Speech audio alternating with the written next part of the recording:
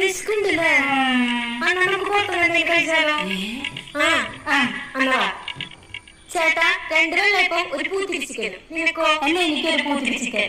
അണ്ണാ 2 പൂത്തിരി ചിക്കൻ.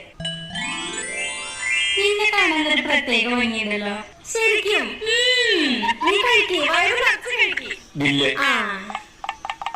കൊടുക്ക് 300. എന്തേലൊന്നുമില്ല, നീ കളിക്കല്ലേ?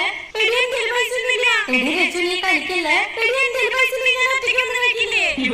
നീ എന്താ ചെയ്യാ? എന്റെ ദൈവമേ, ദൈവത്തെ വിളിക്കാണ്ട് ഗൂഗിൾ പേ ആരെങ്കിലും വിളിക്കേ.